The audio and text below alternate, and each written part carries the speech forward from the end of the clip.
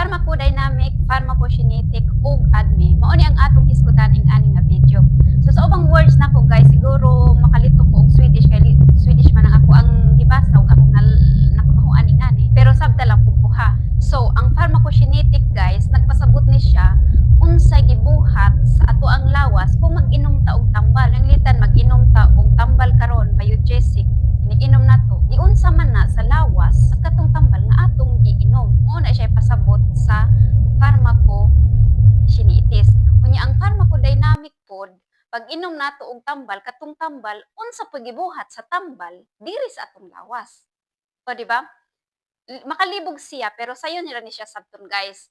Pharmacokinetic pasabot ni siya nga unsay gibuhat sa lawas sa katong tambal nga atong giinom. Unya kani pong pharmacodynamic unsa puy gibuhat sa tambal nga atong giinom. So kaning pharmacodynamic ang in short term unsay epekto sa diri sa atong lawas kadtong tambal nga atong giinom na ayo bata kung na by side effect nga na ba. Unya ang kaning pharmacokinetic nana siya 4 words nga process. Gitawag ni nato siya og ADME or ADME.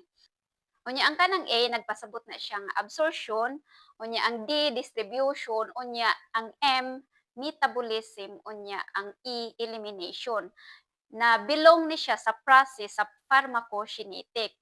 Mo na siya pasabot nga katong pharmacokinetic giunsa sa atong lawas ang katoang tambal.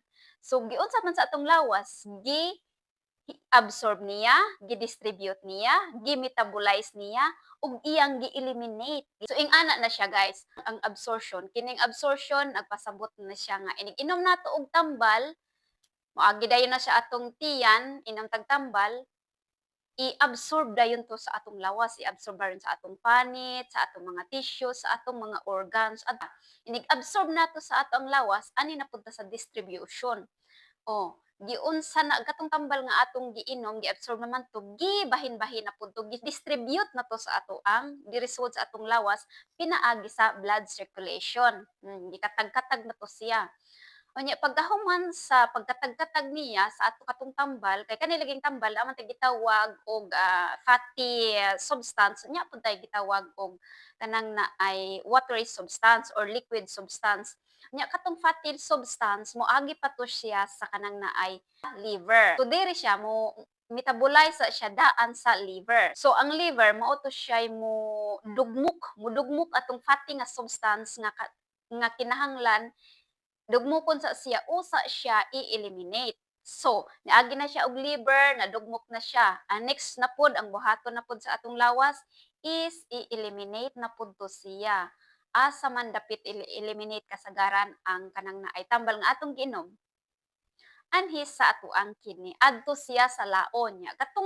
Katuang substance nga naa sa tambal sa laon to sa atong kidney, ang uban ing ato nga wala kinahanglan na sa lawas, iihi to nato. Unya katupong tambal nga ikinahanglan sa atong lawas, mo tong ibalik to didto sa ato ang lawas, adto siya magstay, adto siya maghatag og effect. So, ingana ra. So, summary, pharmacokinetic, it describe what the body does to the drug. It absorb, distribute, metabolize, and secretion. And the pharmacodynamic, it describe what the drug does to the body.